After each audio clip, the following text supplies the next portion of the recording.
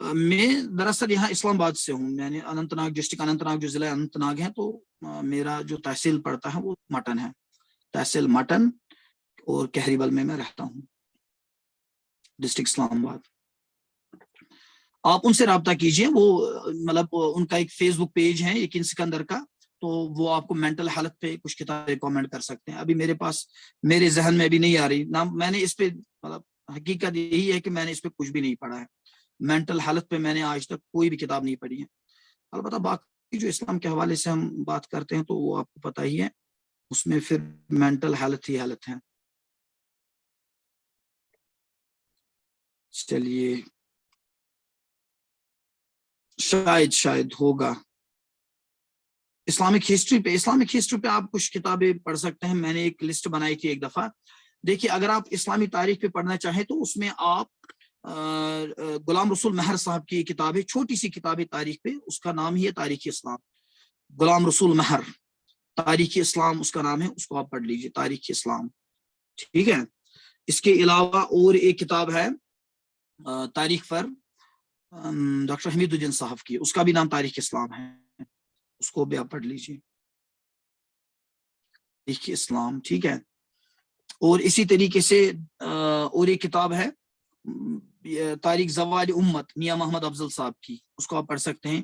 یا جو assistant professor رہے ہیں علی گڑھ مسلم یونیورسٹی میں اسلامک اسٹڈیز ڈپارٹمنٹ میں، ڈاکٹر یاسین مظہر صدیقی رحمہ اللہ، تو ان کی 4 جلدوں میں کتاب پبلش ہوتی ہے، تاریخ تہذیب اسلام، اس کو آپ مطالعے میں لائیے۔